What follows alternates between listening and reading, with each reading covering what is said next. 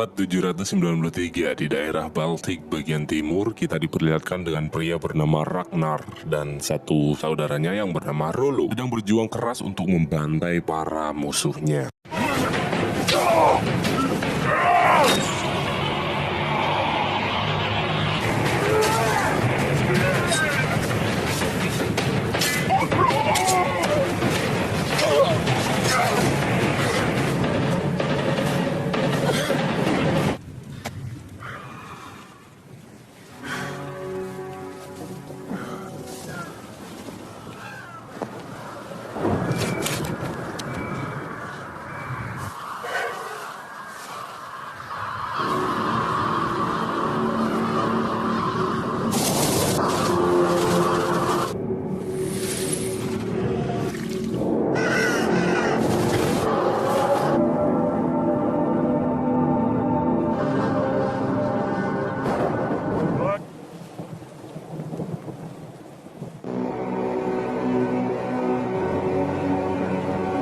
Singkat cerita, Ragnar pun kembali ke Skandinavia untuk menemui keluarga kecilnya. Yes, Ragnar bukanlah jomblo yang tak laku-laku, melainkan ia telah mempunyai seorang istri bernama Lagertha, satu anak yang cantik bernama Gyda, dan calon penerus sepak terjang bernama Bjorn. Pada hari itu Ragnar mengatakan akan mulai mengajari Bjorn untuk merompak karena telah dianggap cukup dewasa. Awalnya Lagertha tak menyetujui hal itu, namun mau gimana lagi, saat ini bukan zaman bocil-bocil push rank, melainkan zamannya adu mekanik bacok-bacokan. Di pagi harinya, Ragnar pun memulai perjalanan menuju markas kepala sukunya yang bernama Ord Haraldsson. Di perjalanan, Ragnar menceritakan kehebatan dirinya di medan perang, membantai para musuh dan berpesan kepada Bjorn agar mengikuti jejaknya. Di sisi lain, saat Lagertha sedang mengajari Gyda menenun, tiba-tiba didatangi dua pria kumuh yang berniat untuk melecehkannya. Lagertha pun menyuruh Gyda pergi, dan ternyata Lagertha mempunyai bakat yang cukup baik di bidang pencak silat sehingga ia dapat melumpuhkan dua pria itu dengan begitu mudah.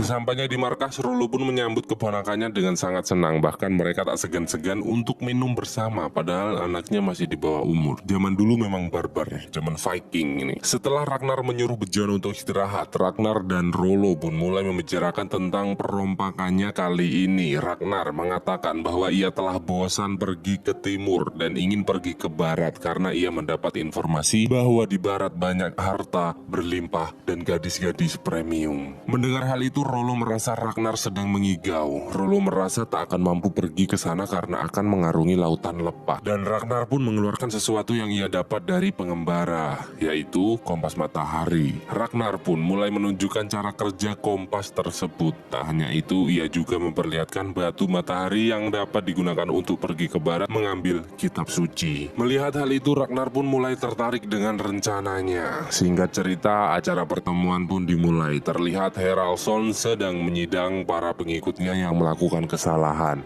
Hingga di pagi harinya, hukuman untuk para pembangkang pun dilakukan. Bjorn sedikit takut untuk ini. Di umurnya yang baru 12 tahun, ia harus menyaksikan kekejaman secara langsung.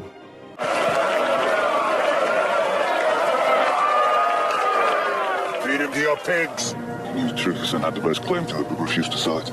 Malam pun tiba. Berhubung Bjorn anak Ragnar salah satu pemimpin kelompok anggota Haraldsson, ia pun diberi keistimewaan dan disambut baik di sana. Hingga saat pesta dimulai, Ragnar menanyakan kemana tujuan perompakan tahun ini kepada Haraldsson. Dan benar saja, seperti dugaannya, Haraldsson mengatakan bahwa ia akan mengerahkan pasukannya untuk kembali ke timur. Ragnar sempat membantah dan memberitahu tentang dunia barat. Namun Haraldsson pun menegaskan bahwa ia tak mau mengambil resiko, dan di sini ia adalah pemimpin yang sah untuk membuat keputusan. Saat semua sedang menikmati pesta, Haraldsson pun memanggil Ragnar ke ruangannya dan menegaskan jangan pernah membahas dunia barat. Dan perkataan Ragnar di depan umum tadi membuat Haraldsson sangat marah. Karena itu, ia menegaskan kepada Ragnar agar tak macam-macam. Dengan itu, Ragnar pun berniat untuk pergi ke barat tanpa sepengetahuan Haraldsson.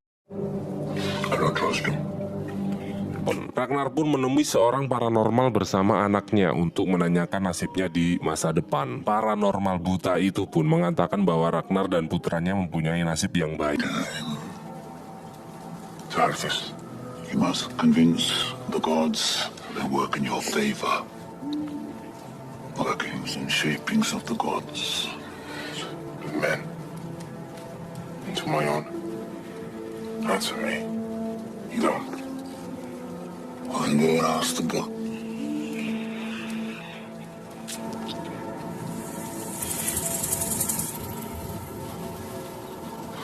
Setelah itu Ragnar pun mengajak Bjorn menemui seorang ahli kapal bernama Floki, yang ternyata ia telah memesan sebuah kapal untuk menjalankan rencananya kali ini. Floki pun menjelaskan tentang kapal yang dibuatnya, bahwa kapal ini sangat kuat untuk melalui segala medan, dan tentu saja hal itu membuat Ragnar semakin bersemangat. Floki nampak sangat dekat dengan Ragnar dan nampaknya mempunyai tujuan yang sama. Ragnar lalu mengajak Rollo dan Bjorn kembali ke rumah. Di sana Ragnar dan Rollo kembali membicarakan tentang rencananya. Rollo mengatakan bahwa ia setuju saja dengan rencana Ragnar, namun ia tak mau kalau dipimpin, alias dia meminta kedudukan yang sama dalam misi ini. Ragnar pun menyetujui hal itu dan mulai memikirkan untuk mencari awak kapal. Dan tak butuh waktu lama, dengan bakat yang dimiliki Floki, kapal pesanan Ragnar pun telah siap. Saat kapal itu dicoba, terlihat bekerja dengan baik dan kuat, yang tentu saja hal itu membuat mereka sangat senang.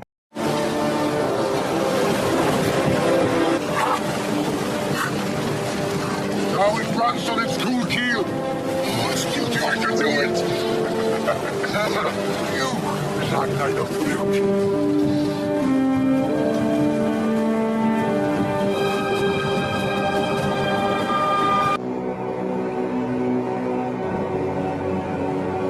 Ragnar dan Rollo pun pergi menemui seseorang bernama Erik Martin yang ternyata anti dengan kepemimpinan Haraldsson dan berencana untuk merekrut mereka semua menjadi awak kapal. Ragnar mulai menjelaskan semua rencananya untuk pergi ke barat, dan ia juga berjanji bahwa semua awak kapal mempunyai hak dan pangkat yang sama. Tidak ada pemimpin dalam misi ini, dan semua hasil rampasan akan dibagi secara adil dan rata. Mendengar hal itu, pria-pria seram itu pun setuju untuk ikut dengannya. Dia bener-bener keren cuk, zaman Viking kayak di kayak di game-game gitu loh. Serius lah, mirip orangnya. Dan dananya tuh pas-pas gitu loh. Namun ternyata ada salah satu cepu yang mendengar hal itu dan melaporkannya kepada Haraldsson. Entah ada apa, what happened aya naon. Setelah mendapat informasi itu, bukannya berterima kasih, Haraldsson malah menyuruh bawahannya untuk membunuh pria tersebut. Kan aneh gitu ya, malah dipancing gitu. Goblok. Ini contoh pemimpin-pemimpin yang goblok.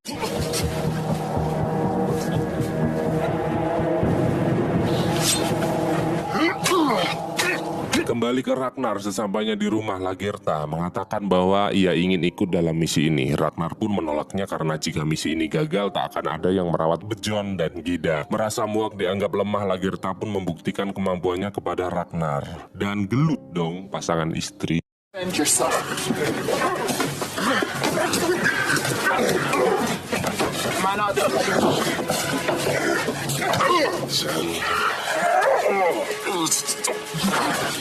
Don't you remember?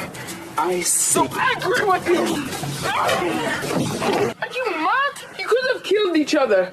Hingga pertikaian mereka pun terhenti saat Bjorn melerai mereka. Singkat cerita, hari yang dinanti-nanti pun tiba. Terlihat para awak kapal mulai menyiapkan barang-barang yang mereka perlukan. Namun Ragnar merasa heran karena tak ada satu awak kapal yang bernama Knut di sana. Setelah melakukan ritual kepercayaan, mereka pun memulai perjalanan ternekat sepanjang sejarah.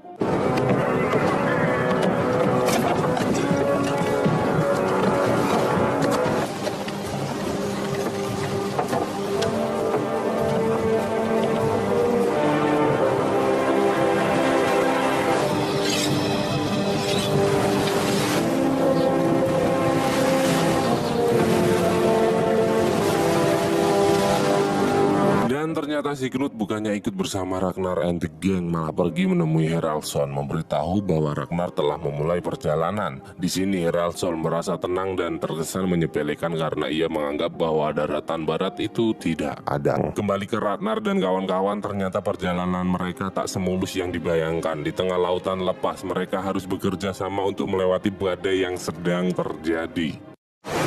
Storm's coming! Should we let them to sail? Yes. We have to take the stick. What's that, Luke?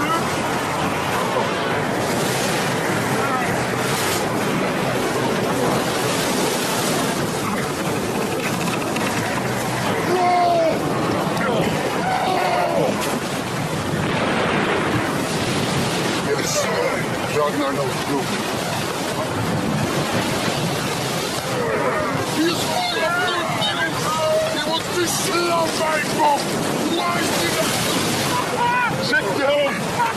Remember. Dengan semangat 45, Floki pun menyemangati para awak kapal dengan sangat lantang dan percaya mereka akan selamat melewati badai ini. Hingga setelah berjuang mati-matian mereka pun berhasil selamat, dan saat itu juga mereka mendengar suara burung yang mengartikan bahwa mereka telah dekat dengan daratan.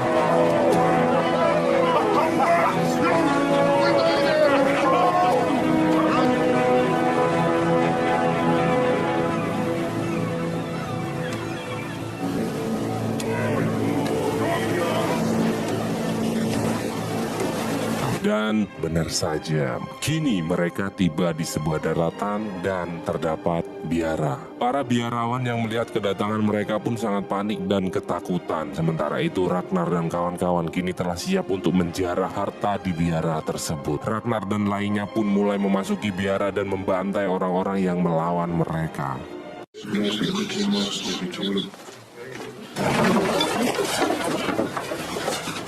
Nomine Patria Filii et Spiritus.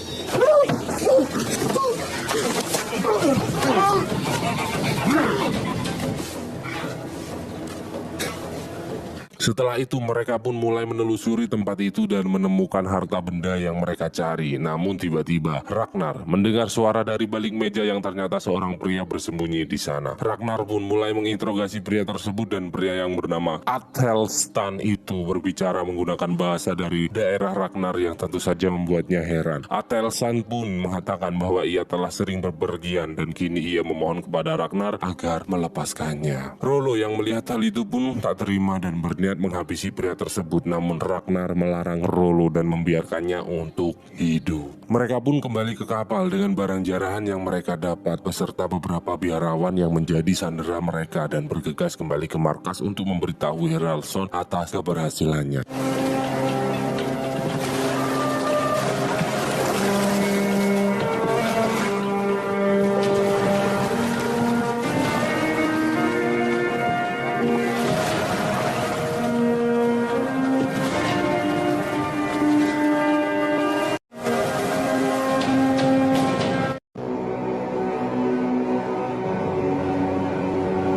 Ragnar dan kawan-kawan pun disambut hangat bak pahlawan oleh para warga. Bagaimana tidak, tak hanya emas permata yang mereka bawa, manusia yang siap jadi budak pun mereka dapatkan. Ragnar dan kawan-kawan pun pergi menemui Haraldsson memperlihatkan tangkapannya tersebut. Ragnar mengatakan bahwa ini adalah hal yang mudah, bagaikan merampas sebuah permen milik dari seorang bayi. Oleh karena itu Ragnar meminta kepada Haraldsson menyiapkan kapal untuk mengacak-acak dunia barat. Namun pemimpin yang tak mempunyai hati nurani itu malah menolak, bahkan merampas barang-barang yang Ragnar dan kawan-kawan dapatkan. Haraldsson hanya menyuruh Ragnar untuk mengambil satu barang di sana sebagai tanda murah hatinya. What the fuck? Ini pemimpin yang pantas mati. Dengan perasaan yang amat kesal, Ragnar pun memilih Athelstan sebagai budaknya daripada barang-barang tersebut, karena Ragnar tahu Athelstan adalah orang yang pintar dan memiliki semua informasi yang akan dia butuhkan pada masa penjajahan. Setelah selesai pertemuan itu, Rollo pun menemui Ragnar dengan penuh amarah atas keputusannya. Ragnar pun menjelaskan bahwa ia tahu maksud dari Haraldsson dan tak mau terjebak kembali. Dan tiba-tiba Rollo memberitahu bahwa ia diam-diam menyembunyikan beberapa perhiasan yang mereka dapat. Melihat hal itu, Ragnar pun sangat marah dan menegaskan agar tak lancang dan membuat kesalahan. You have your own. Why don't you go get to him? It's not that you stole from him.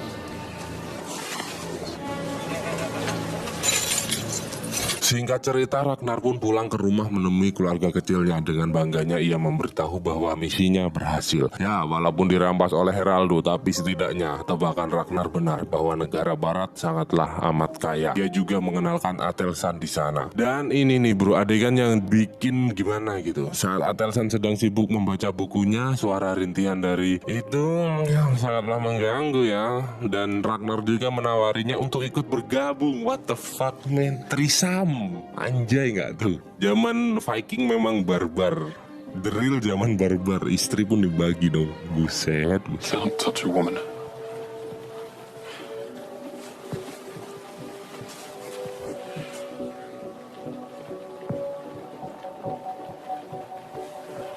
It would be a sin. No. What if you look the other way? Go to sleep then. With you. Di sini Ragnar memperlakukan Atelsan dengan sangat baik, bahkan juga mengajaknya untuk minum bersama. Tahu apa tujuan Ragnar? Ya, mencari informasi lebih jauh tentang dunia barat agar ia bisa menyusun rencana selanjutnya. Bahkan Ragnar juga meminta Atelsan untuk mengajarkannya bahasa barat kepadanya. Memang jenius ini Ragnar, legenda. Setelah mendengar penjelasan dari Atelsan, Ragnar pun pergi menemui Haraldsson dan mengatakan keinginannya untuk kembali berlayar ke negara barat. Awalnya, Haraldsson menentang hal tersebut, namun Ragnar terus berusaha meyakinkan hingga akhirnya Haraldsson menyetujui hal itu. Namun dengan satu syarat, yaitu Knut yang diangkat sebagai orang kepercayaan Haraldsson harus ikut dalam misi ini. Tanpa pikir panjang, Ragnar pun menyetujui hal tersebut. Banyak pengkhianat dan banyak sekali ini di sini. Serius, di film ini nanti kalian bakalan melihat siapa teman, siapa saudara, dan siapa sahabat yang sebenarnya. Nggak ada bahkan di sini. Saudara pun bisa berkhianat. Wah, film yang benar-benar mind blowing sih. Sesampainya di rumah, Ragnar mengatakan kepada Lagertha bahwa ingin kembali berlayar. Ia mengatakan bahwa telah meminta izin kepada Haraldsson, dan tak hanya itu, kali ini Ragnar mengajak Lagertha untuk ikut bersamanya. Bahkan Atelsan yang sejatinya hanya budak kini diberi kepercayaan Ragnar untuk menjaga putra-putrinya di rumah. If any harm befalls my children, priest.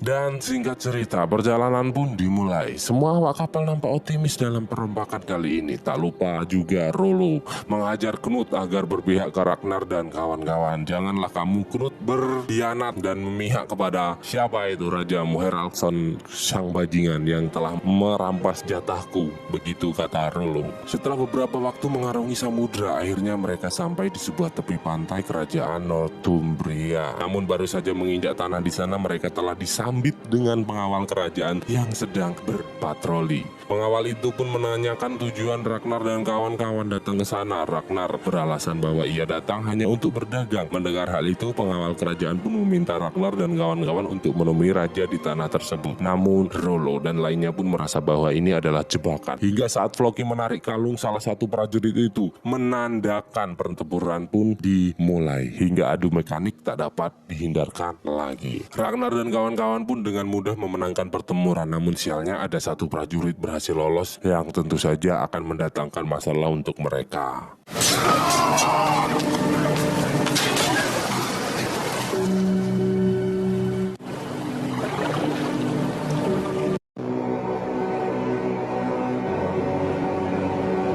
Ragnar dan kawan-kawan pun melanjutkan perjalanan mereka dengan satu prajurit yang tertahan dijadikan sebagai Google Maps. Hingga akhirnya mereka melihat sebuah kota yang sangat megah dari kejauhan.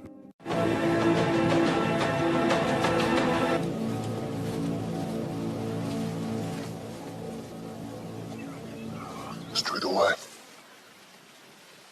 Attack tomorrow. Sementara itu prajurit yang berhasil lolos pergi menemui sang raja yang bernama Ele untuk melaporkan huru-hara yang sedang terjadi. Bahkan ada satu prajurit lain yang memberitahu bahwa salah satu biara atau tempat suci mereka telah dihancurkan. Mendengar hal itu, sang raja pun sangat amat marah. Where do they come from? They're not welcome in my kingdom. Kembali ke Ragnar dan kawan-kawan, tak mau membuang waktu, mereka pun segera memulai pergerakan. Setelah berhasil melewati pagar tinggi itu, mereka mendengar suara orang-orang yang sedang beribadah. Tanpa berpikir panjang, Ragnar dan kawan-kawan pun memasuki tempat suci itu dan membantai orang-orang yang melawan.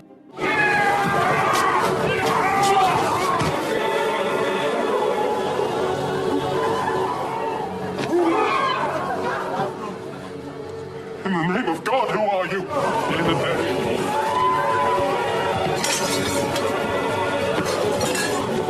Tak cukup sampai di sana, mereka pun berpencar untuk mendapatkan lebih banyak harta. Dengan diperlihatkannya tingkah Knut, kita jadi tahu bahwa kaum Viking tak hanya membunuh dan merompak, melainkan tak segan-segan untuk memperkaos para wanita-wanita premium yang ia temui semasa penjajahan. Lagertha yang melihat Knut melecehkan wanita pun tak terima dan berusaha untuk menghentikannya. Namun Knut terus melawan, bahkan ia juga berniat untuk memperkaos istri Ragnar tersebut. Untung saja dengan bakat yang dimilikinya, Lagertha berhasil menghabisi pria itu dengan begitu mudah.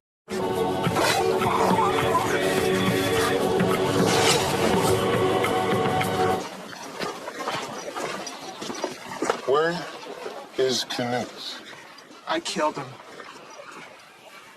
Setelah puas dengan barang jarahannya, mereka pun memutuskan untuk meninggalkan desa tersebut. Dan setibanya di tepi pantai, ternyata telah ada sekelompok prajurit yang menunggu kedatangan mereka dengan gembira. Namun bagaikan tak mempunyai rasa takut, Ragnar dan kawan-kawan pun mulai membuat formasi untuk menghadapi mereka.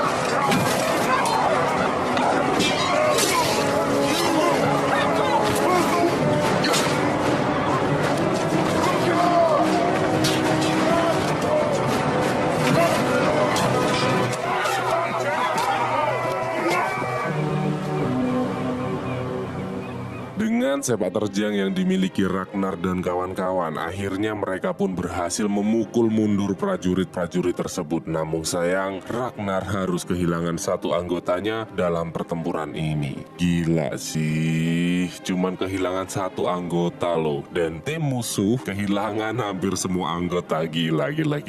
Gokil sih ini. Bangsa Viking memang bangsa barbar. Di sisi lain, prajurit pun kembali ke istana menemui sang raja dan memberitahu bahwa kelompok ini sangat kuat dan tak mempunyai rasa takut sedikit pun. Tak banyak informasi yang berhasil ia dapatkan, namun ia hanya mendengar nama yang menggelegar, yaitu Ragnar. Sedangkan Bjorn yang tak sabar menunggu kedua orang tuanya pulang berencana untuk pergi ke Kattegat atau markas Haraldsson untuk menunggu kedatangan orang tuanya. Mendengar hal itu, Athelstan sempat melarang karena itu adalah hal yang begitu berbahaya. Namun Bjorn mempunyai watak yang sama dengan Ragnar yang tentu saja ia menegaskan akan tetap pergi ke sana. Di sepertiga malam, Athelstan pun mulai merenungi nasibnya. Ia berpikir padahal tak pernah berbuat jahat, tak pernah menyakiti orang lain, bahkan menyentuh wanita pun juga tidak. Tapi mengapa nasibnya seperti ini, ditawan oleh bangsa Viking yang begitu barbar? Dengan itu Athelstan mulai ragu akan Tuhannya dan pergi menemui Bjorn untuk ikut pergi ke Kattegat.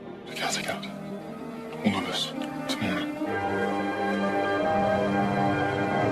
Singkat cerita, Ragnar dan kawan-kawan pun kembali ke markas dengan hasil rompakan yang melimpah. Ia pun disambut bahagia oleh para penduduk di sana. Bahkan Haraldsson mengakui bahwa Ragnar adalah pejuang yang begitu hebat. Namun melihat Knut yang tak kembali, Haraldsson pun menanyakan kepada Ragnar, "Kemana orang kepercayaanku?" Dengan tegas Ragnar mengatakan bahwa telah membunuhnya karena Knut sempat berniat memperkosa Lagertha. Mendengar itu seketika Haraldsson sangat marah dan menyuruh para bawahannya untuk mengurung Ragnar. Dan secara diam-diam ternyata Haraldson memanggil Rollo untuk bicara empat mata. Haraldson yang khawatir atas kemampuan Ragnar mulai mempengaruhi pikiran Rollo dengan menawarkan hak istimewa jika Rollo mau berpihak kepadanya. Bahkan Haraldson tak segan-segan menawarkan putrinya yang bernama Tairi untuk hal itu.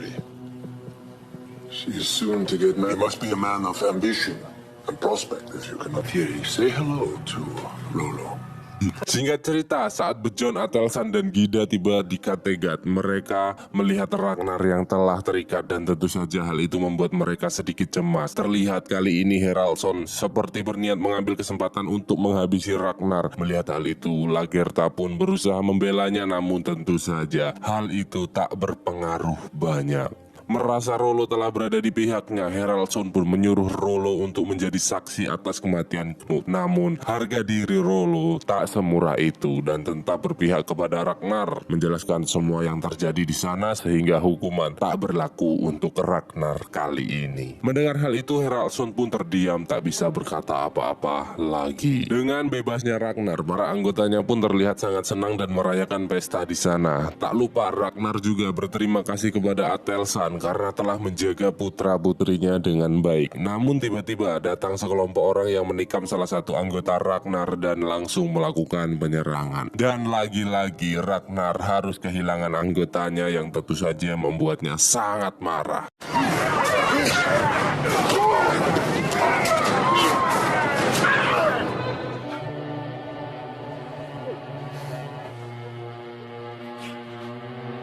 Di sisi lain, terlihat Haraldson pergi menemui paranormal untuk menanyakan nasibnya di masa depan. Paranormal itu mengatakan bahwa akan ada perselisihan dan posisi Haraldson sangat terancam, yang tentu saja membuatnya semakin khawatir. Sedangkan Atelsan yang melihat Ragnar menyendiri pun jadi tahu bahwa Ragnar sedang menyiapkan diri untuk peperangan yang hebat. He's preparing himself.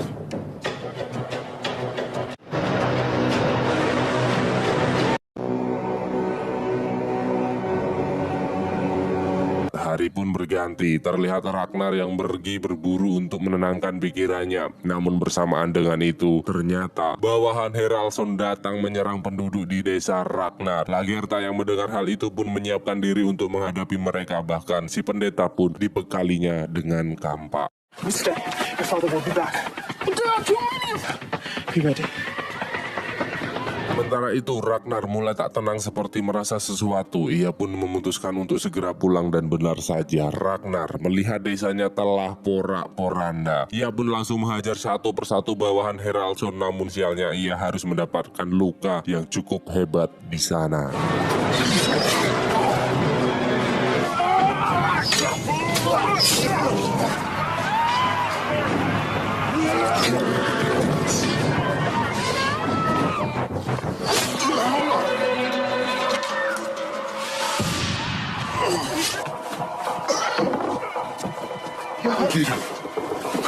I won't go without you.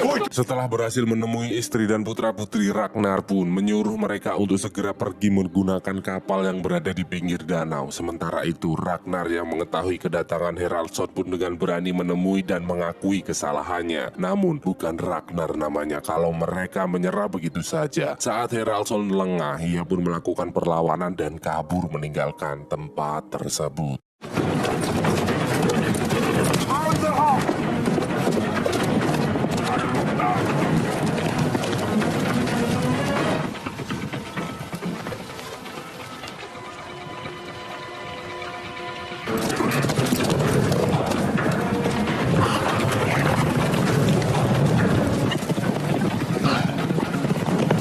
Setelah pelarian yang panjang dengan anak buah Haraldson yang terus mengejar, akhirnya Ragnar pun terpojok di sebuah tebing. Namun dewa seperti berpihak kepada Ragnar yang ternyata Lagertha telah menunggu di bawah tebing tersebut. Melihat Ragnar yang jatuh tak sadarkan diri, Atelsan pun segera menyelamatkannya hingga mereka berhasil lolos dari serangan tersebut.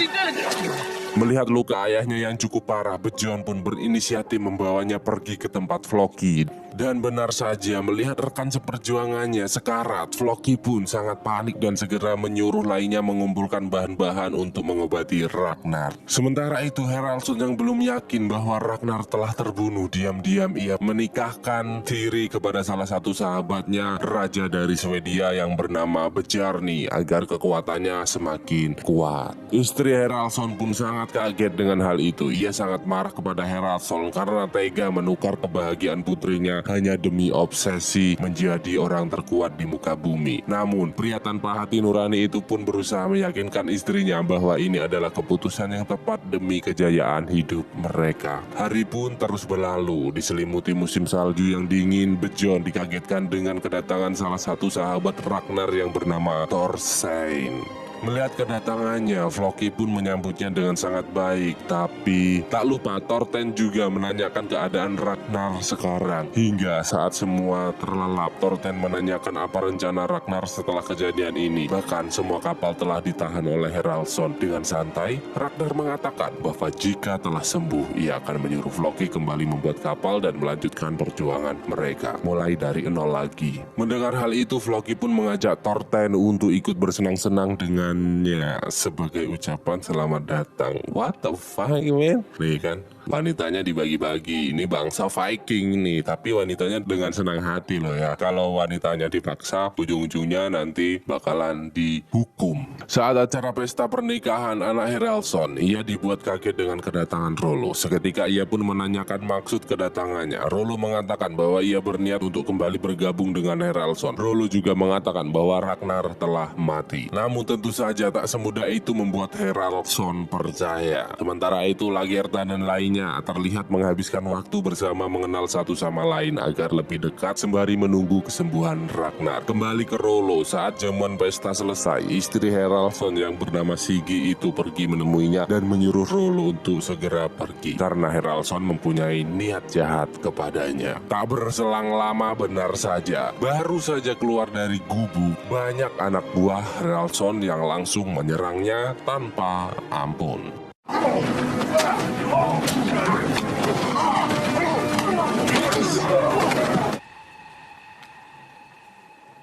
Haraldsson pun pergi menemui Rollo yang telah dalam keadaan terikat. Di sana ia terus menginterogasi Rollo, bahkan tak segan-segan untuk menyiksanya. Bersamaan dengan itu, Ragnar yang sedang memeriksa lukanya tiba-tiba dikagetkan dengan kedatangan Thorstein yang mengatakan bahwa ia baru saja mengalami pertemuan rahasia, yaitu Sigi datang menemuinya dan memberitahu bahwa Rollo kini ditahan dan disiksa demi informasi tentang keberadaan Ragnar. Sigi, istri dari Haraldsson, berkhianat kepada Haraldsson, suaminya sendiri yang telah tidur bersamanya puluhan tahun. What the fuck, man? Sungguh pengkhianatan yang begitu sakit. Untung Bang Haraldsson nggak tahu ya kalau istrinya berkhianat. Kalau tahu mungkin udah kena stroke. Nah, mendengar saudaranya disiksa Haraldsson, Ragnar pun sangat marah. Bahkan ia menyuruh Floki pergi ke Kattegat untuk menyampaikan pesan Ragnar kepada Haraldsson bahwa ia menantangnya untuk duel 1 versus 1.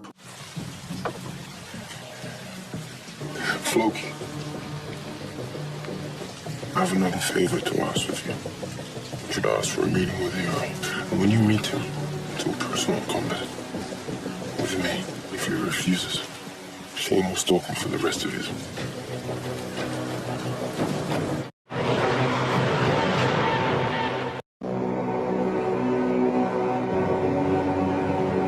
Floki pun bergegas pergi ke Kattegat untuk menemui Haraldsson dan menyampaikan tantangannya dari Ragnar. Mendengar pesan dari Floki, Haraldsson seketika teringat dengan perkataan paranormal yang pernah ia temui. Namun mau dengan kedudukannya yang sekarang, tentu saja Haraldsson sangat malu untuk menolak tantangan itu. Sehingga ia pun menyetujuinya. And Ragnar Lothbrok, I accept this challenge. Take him away. Sementara terlihat Lagertha yang menyuruh Ragnar untuk pergi dari sini dan membatalkan duelnya dengan Haraldsson karena ia khawatir dengan kesehatan Ragnar yang belum benar-benar pulih. Namun Ragnar bukan tipe seperti itu dan ia meyakinkan Lagertha bahwa aku akan menang, baby, selibau.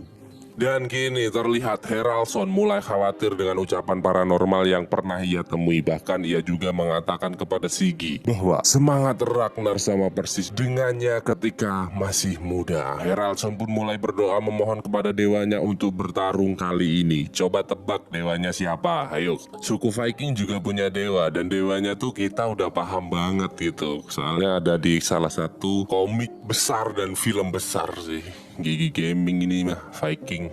Hingga hari yang ditunggu-tunggu pun tiba. Dengan tertatih-tatih Ragnar berjalan menemui Haraldson. Disaksikan para penduduk setempat, mereka pun bertarung menentukan siapa yang kuat di antara mereka. Dengan fisik yang kurang top tier, di awal ronde Ragnar terlihat kewalahan. Namun dengan semangatnya yang besar, akhirnya ia berhasil melumpuhkan pria tersebut.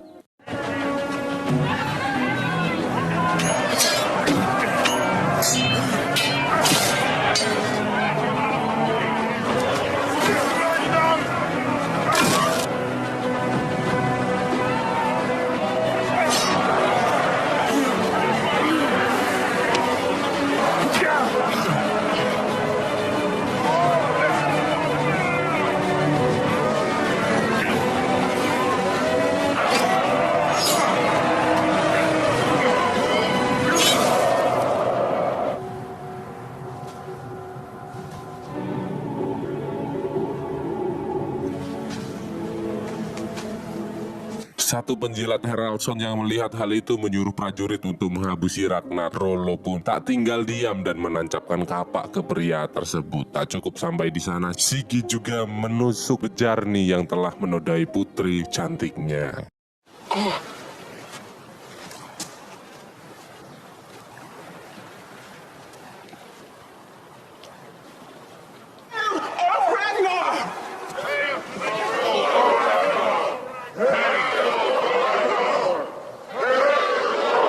Setelah pertarungan itu, Siggy pun menobatkan Ragnar sebagai pemimpin baru. Ragnar pun dibawa masuk ke istana untuk menduduki singgasana barunya. Semuanya nampak senang dengan Ragnar menjadi pemimpin baru mereka. Bahkan ada seseorang mantan veteran tua yang mengatakan bahwa ia bersumpah akan selalu setia dan rela mati di medan perang asalkan bersamanya. Dengan itu, Ragnar pun mengatakan bahwa musim panas tahun depan akan membawa pasukan yang lebih banyak untuk menyerang negara barat. Atelsan yang melihat para warga sedang menyiapkan acara pemakaman Haraldson merasa heran. Hingga Ragnar datang menemuinya dan menjelaskan bahwa Haraldson adalah orang yang hebat. Jadi walaupun Ragnar telah berhasil mengalahkannya, ia harus tetap melakukan pemakaman terbaik untuk Haraldson sebagai penghormatan terakhir. Dan acara pemakaman itu pun dimulai dengan dipandu oleh seorang malaikat kematian di sana. Dan ada satu lagi, salah satu mantan selir Haraldson ternyata memutuskan untuk menemani Haraldson. Tapi bukan Bude Siggy yang menemaninya, melainkan salah satu budaknya, budak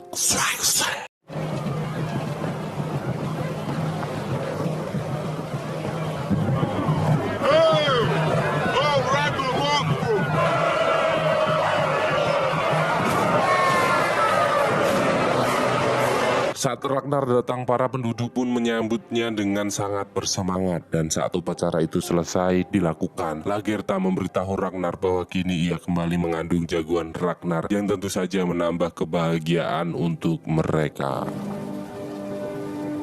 See why all the gods, my son, be a happy man.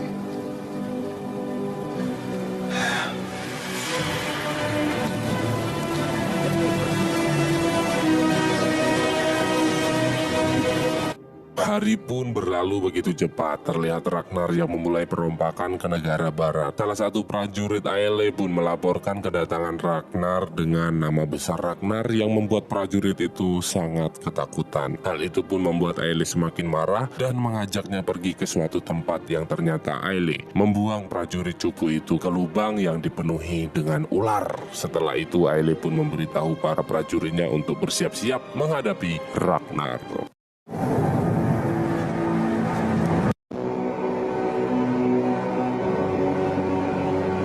tak lupa, Aile meminta bantuan kepada saudaranya yang bernama Aite untuk membantunya memimpin pasukan menghadapi kelompok Ragnar. Mendengar hal itu, Aite merasa mendapat suatu kehormatan dan terlihat sangat bersemangat. Sementara itu, Ragnar dan kawan-kawan yang telah tiba di pinggiran tanah Northumbria pun mulai membuat tenda dan menyiapkan pertahanan. Tak mau membuang-buang waktu, Aite dan pasukannya pun segera melakukan pengintaian. Dan dengan cepat, Aite bisa menemukan lokasi Ragnar dan kawan-kawan mendirikan tenda. Melihat hal itu, prajurit mengusulkan untuk langsung menyerang. Namun bukannya langsung menyerang, Aite malah menyuruh para prajuritnya untuk mendirikan tenda agar dapat mengawasi pergerakan Ragnar dan mencari kesempatan. Yes, I continue to see what they'll do. Or to lose half our men by being stupid until the odds are in our favor. Namun siapa sangka tanpa sepengetahuan Aite ternyata Ragnar dan anggotanya telah mengetahui keberadaan mereka. Saat Aite dan para prajurit terlelap, Ragnar dan kawan-kawan pun menyerang mereka dengan sangat brutal hingga Aite tak bisa berbuat apa-apa dan menjadi tahanan mereka. Master, peace and justice, sanctification. Attack! You stupid devil.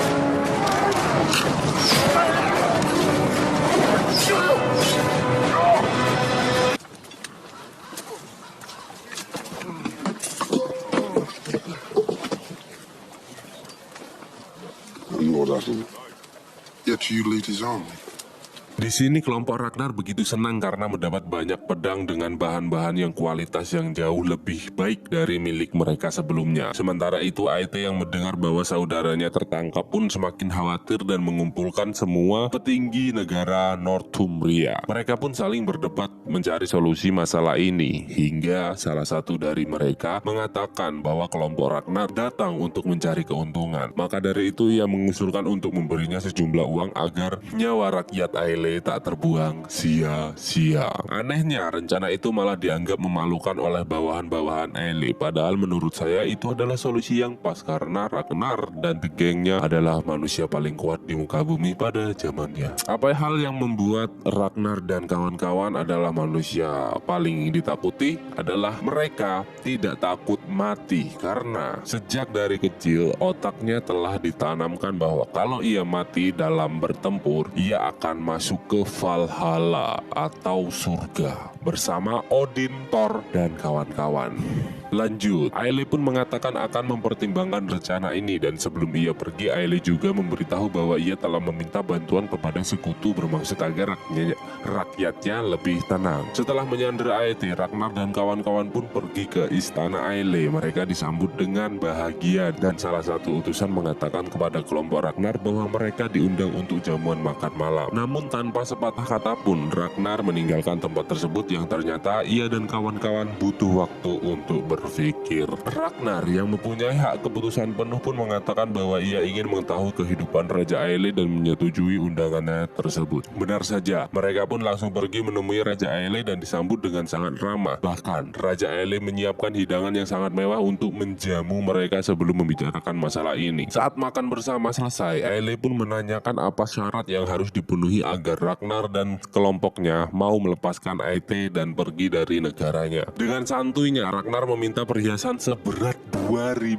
pound atau kalau di tempat kita itu setara hampir 1 ton emas dan perak. Wow. Yang tentu saja hal itu membuat para prajurit Aile mengangkat senjatanya. Ya jelaslah itu namanya memeras. Namun siapa sangka Raja Aile yang tak mau rakyatnya mati sia-sia pun menyetujui hal itu dan meminta waktu beberapa hari untuk menyiapkan perhiasannya tersebut. Dan satu lagi, Aile juga meminta salah satu anggota Ragnar untuk dibaptis atau menjadi umat Kristen agar mereka tak bermusuhan lagi ke depannya. Gila sih, mengkhianati Lord Odin. Awalnya Ragnar dan kawan-kawan menertawakan hal itu, namun siapa sangka Rollo berdiri yang ternyata ia bersedia untuk melakukan hal tersebut.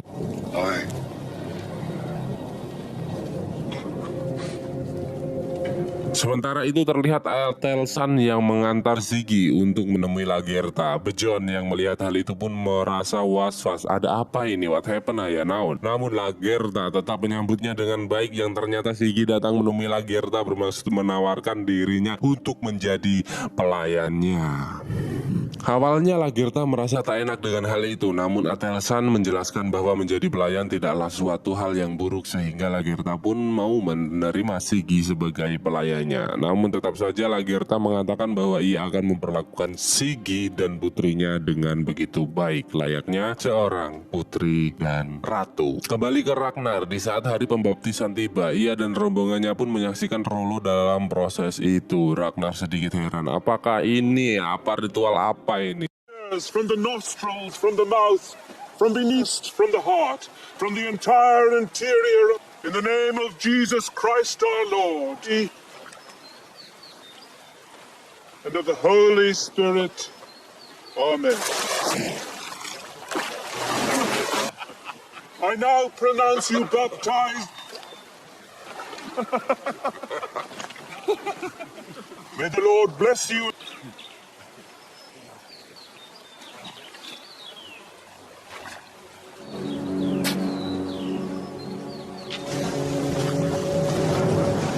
Setelah acara itu selesai, Aile pun menyuruh Ragnar dan anggotanya untuk kembali ke kapal sembari menunggu pembayaran yang telah disetujui. Beberapa hari pun berlalu. Saat ngobrol santuy bersama anggota lain, tiba-tiba Floki mengeluarkan unek-uneknya yang menganggap Rollo telah mengkhianati dewa mereka. Yang tentu saja hal itu membuat Rollo naik pitam dan berniat untuk menghajarnya. Namun tiba-tiba terlihat dari kejauhan utusan Raja Aile datang membawakan pesanan Ragnar. Mereka pun sangat senang melihat hal itu. Namun saat peti-peti itu dibuka ternyata kosong, dan bahkan Aile kembali mengirim pasukannya untuk menghabisi Ragnar dan kawan-kawan. Namun tentu saja Ragnar tak diam saja dan pertarungan pun tak dapat dihindarkan lagi.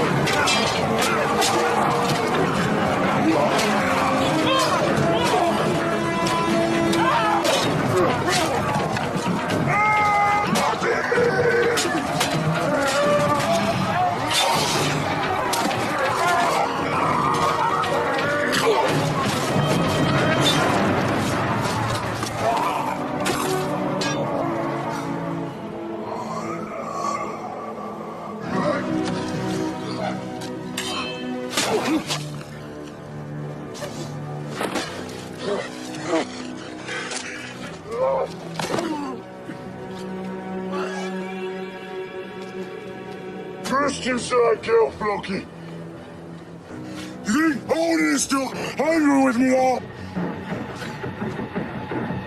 Bersamaan dengan itu Ragnar pun pergi menemui Aite dan menyampaikan kekecewaannya, hingga ia pun menghabisi Aite untuk mengancam keamanan Aile beserta penduduknya. Di sisi lain terlihat Lagertha yang sedang berjuang untuk melahirkan calon penerus Ragnar yang telah dinanti-nanti. Dan setelah mendapat jarahannya, Ragnar dan anggotanya pun pergi meninggalkan negara barat dengan sangat amat senang. Aile merasa diludahi kali ini. Ia seperti kehilangan wibawanya sebagai raja dan berjanji atas nama Tuhan yang ia percaya bahwa menyatakan perang abadi terhadap negara timur kekuasaan Ragnar.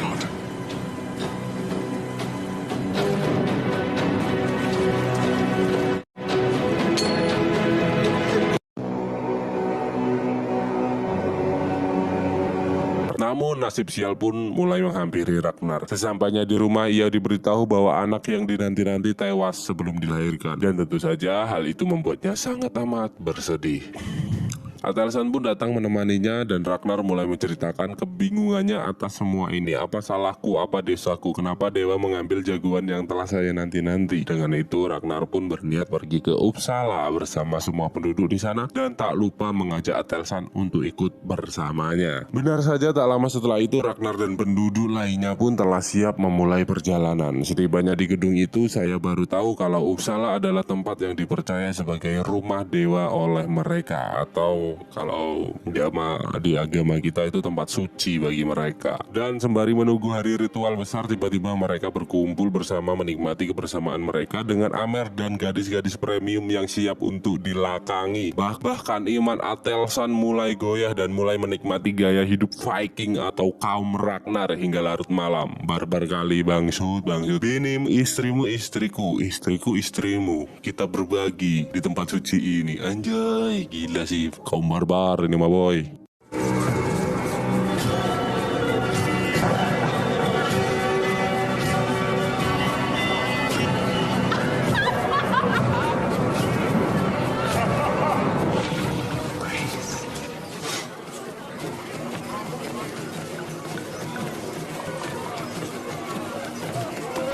Setelah malam yang panjang telah selesai, Ragnar mengajak Atelsan menemui seorang raja bernama Horik. Dengan sepak terjang dan namanya yang besar, Horik pun menyambut Ragnar dengan sangat baik. Ragnar pun segera menyampaikan keinginannya kepada Horik, yaitu dengan sejarah Horik yang tak kalah hebat. Ia mengajaknya bergabung dalam pasukannya untuk kembali menyerbu dunia barat. Atelsan di sana sebagai asli orang Inggris pun menjelaskan keadaan negaranya, bermaksud untuk membuat Horik yakin. Dan benar saja, tanpa pikir panjang, Horik pun menyetujui hal tersebut. Di sisi lain terlihat Sigi yang mendatangi Rollo. Sekilas sudah terlihat jelas bahwa Sigi berniat memanfaatkan keberadaannya. Di sana Sigi mengatakan kepada Rollo bahwa Ragnar sedang melakukan pertemuan dengan Raja Horik dan menyombongkan pelayarannya ke barat. Jika memang saudara, bagaimana mungkin Ragnar tak mengikut sertakan Rollo dalam pertemuan itu? Jangankan ikut, Rollo saja tak tahu sedikit pun tentang hal itu. Setelah mendengar apa yang dikatakan oleh Sigi, Rollo pun terlihat sangat kecewa kepada Ragnar.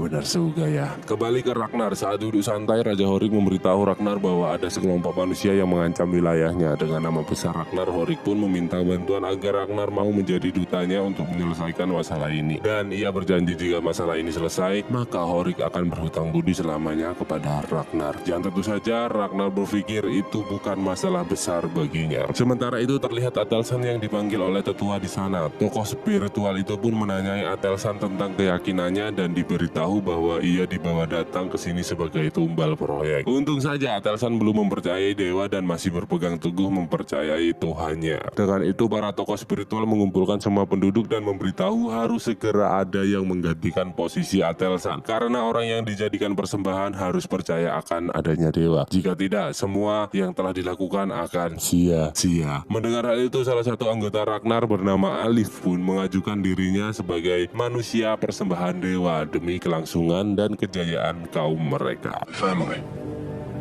For the sake of my friends. I trust that the gods will find my sacrifice accept joyfully.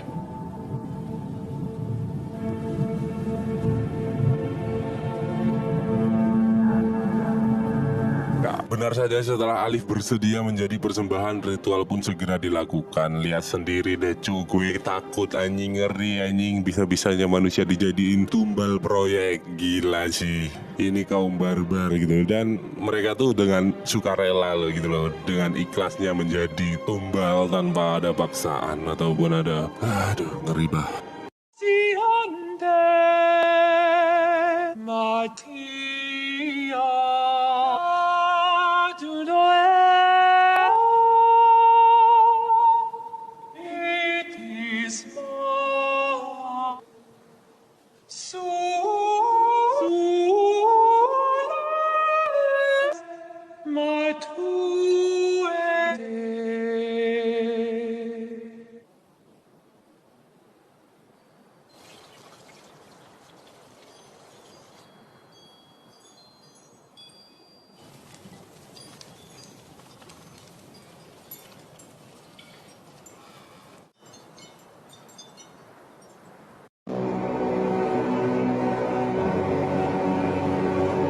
Singkat cerita, Ragnar membawa Bejon dan para anggotanya pergi ke tempat Jarlbrok untuk membicarakan tanah yang menjadi persoalan dengan Raja Horik. Mengetahui orang yang mendatanginya adalah Ragnar, Jarlbrok pun menyambutnya dengan sangat bahagia. Dan saat jamuan makan bersama, mereka pun langsung membahas inti dalam masalah persengketaan tanah tersebut. Ragnar di sini meminta Jarlbrok memberikan harga untuk hak kepemilikan yang sah atas tanah itu. Namun Jarlbrok menolak dan mengatakan bahwa tanah yang mereka perebutkan adalah tanah yang begitu luas dan sangat banyak mengandung mineral berharga. Tanah itu tak ternilai dan kuhargai dengan 1 kepala horik. Perkataan itu pun membuat Ragnar sedikit tersinggung dan berniat pergi dari tempat itu untuk memulai perang. Namun Jarlbok pun melarangnya dan menawarkan solusi lain dan menyuruh satu anggota Ragnar untuk menemui Horik perihal tersebut. Sembari menunggu, Jarlbok menawarkan kepada Ragnar untuk melihat pohon as, penyangga langit, pohon yang paling gede di muka bumi, kebanggaan mereka. Namun harus ada satu anggota Ragnar yang tinggal sebagai tahanan. Ragnar pun menyetujui hal itu dan menyuruh Rollo untuk tinggal, yang tentu saja membuatnya heran.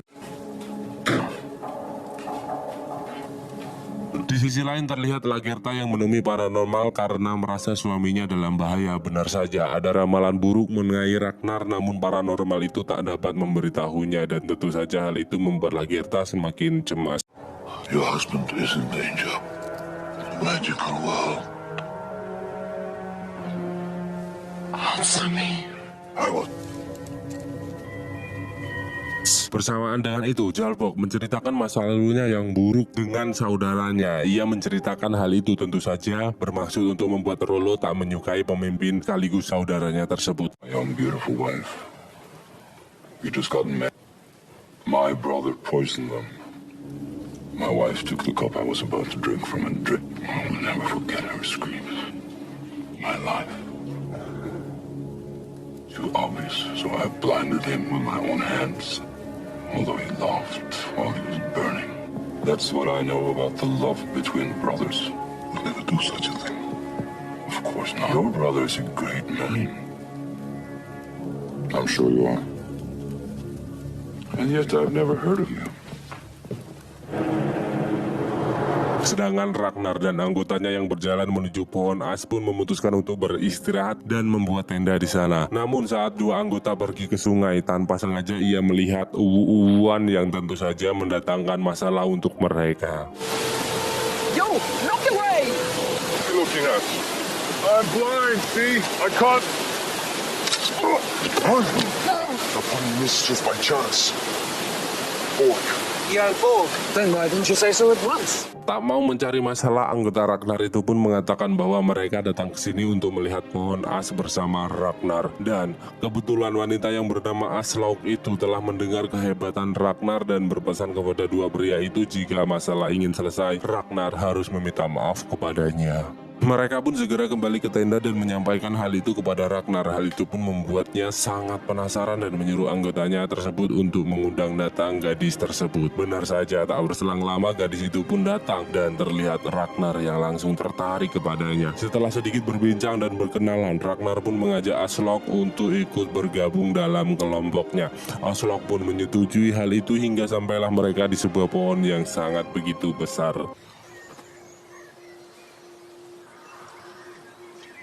I hang from wounded by a spear. Dedicated from where its roots run. Di sisi lain, Sigi yang selalu mendampingi Lagertha kini terlihat sangat pucat hingga tiba-tiba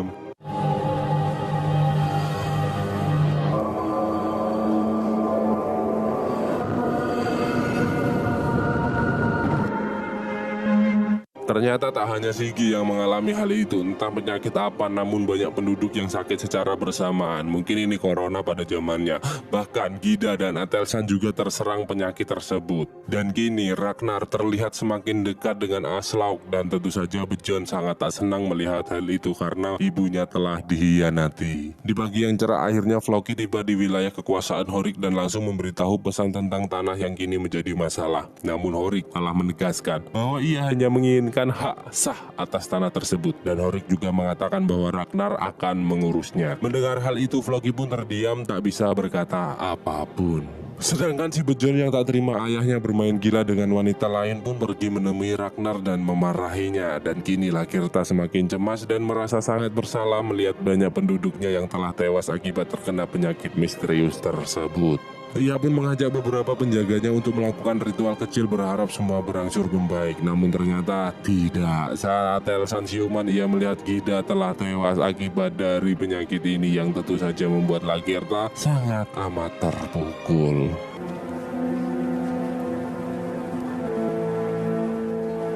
Singkat cerita, setelah mendengar kabar dari Floki, Ragnar dan anggotanya pun bersiap kembali ke markas Jarlbox. Namun sebelum keberangkatan Ragnar, Aslok datang menemuinya dan mengatakan kepada Ragnar bahwa ia telah hamil. Mendengar hal itu, Ragnar pun terdiam tak bisa berkata apapun. Setelah sampai di markas Jarlbox, Floki pun memberitahu bahwa Raja Horik menolak untuk bernegosiasi dan menyuruh Jarlbox memasang harga untuk tanah itu. Jarlbox pun menolaknya dengan tegas dan memberi pilihan kepada Ragnar apakah tetap berpihak kepada Horik atau tinggal di sana bersamanya. Floki yang asik makan pun sadar bahwa akan ada perang besar setelah ini.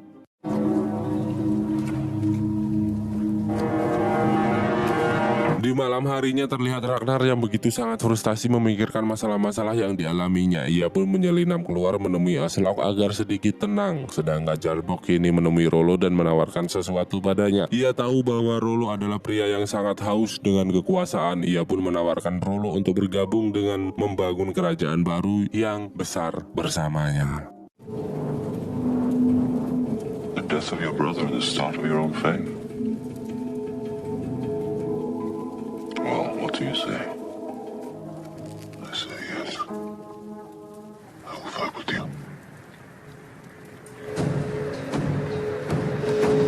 Setelah sekian lama merasa tak dihormati dan diabaikan kaumnya sendiri, akhirnya Rollo pun menyetujui hal tersebut dan selesai.